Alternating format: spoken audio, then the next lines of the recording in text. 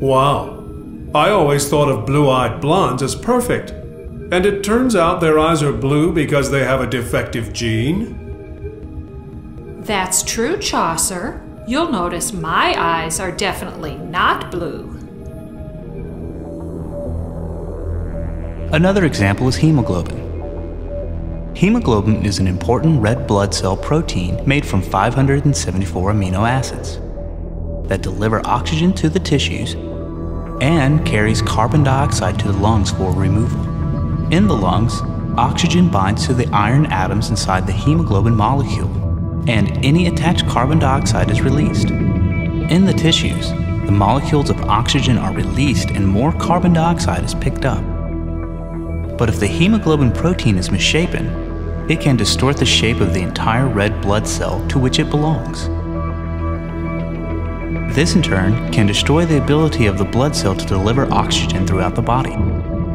Remember that shape is everything to a protein.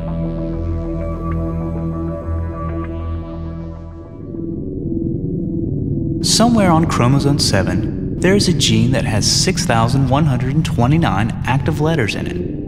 This gene strings together 1,480 amino acids into a protein whose function is to allow salt to penetrate various membranes in the body. Little Susan has a tiny error in that gene in her 7th chromosome. 3 letters are missing, and that causes the protein that Susan's genes manufacture to be ever so slightly misshapen. And although the difference in the shape is tiny, the consequences are huge. This particular protein does its work in the linings of the lungs. By inserting itself into the plasma membrane, the protein makes a passageway for the salts to enter and leave the cells. But if the protein is not exactly the right shape, then it cannot transport the plasma membrane and therefore cannot do its job. Then salt gets trapped inside the cell, and that causes the cell surface to become sticky and covered with thick mucus. This results in wheezing, breathlessness, and the persistent cough to expel troublesome mucus. This is cystic fibrosis, and it is the result of just 3 missing letters on chromosome 7.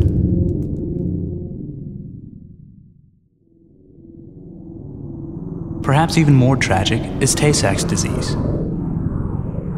Tay-Sachs begins at one infinitesimal spot on the DNA ladder when just one letter goes wrong. This mistake comes down to just 4 atoms. That's it. But the error in that gene creates a problem in this protein, which is supposed to dissolve fatty materials in the brain. But now the protein doesn't work. So fat builds up, swells the brain, and eventually strangles and crushes the critical brain cells. Infants with Tay-Sachs disease appear to develop normally for the first few months of life. Then, as nerve cells become distended with fatty materials, a relentless deterioration of mental and physical abilities occur. The child becomes blind, deaf, and unable to swallow. Muscles begin to atrophy and paralysis sets in.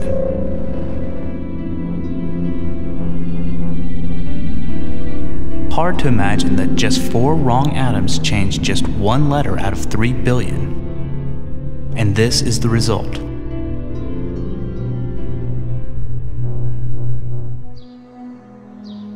When genetic diseases run through families, then we know the mutations in the genes that cause these diseases are being inherited.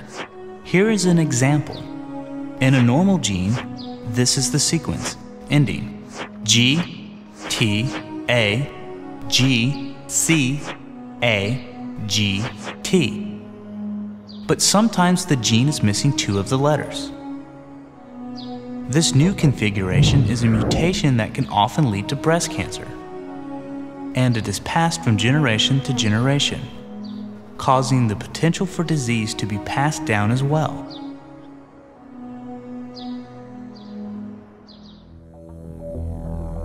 The US government maintains a website with much of the current information about genes, chromosomes, and proteins.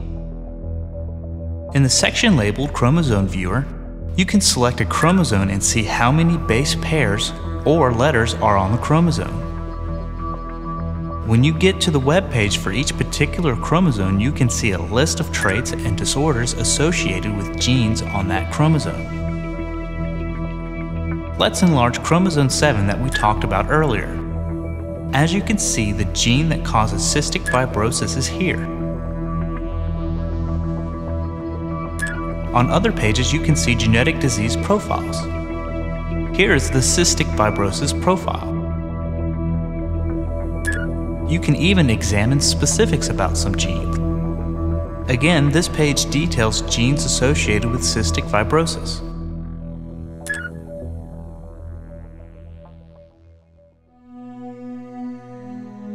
How can we fix genes that are broken? Gene therapy is a new and promising technology. Consider a disease like SCID, which is an autoimmune disease caused by a single gene mutation which prevents the body from producing normal disease-fighting cells. These patients have no natural defense and often spend their lives in an isolation bubble to prevent contact with other people.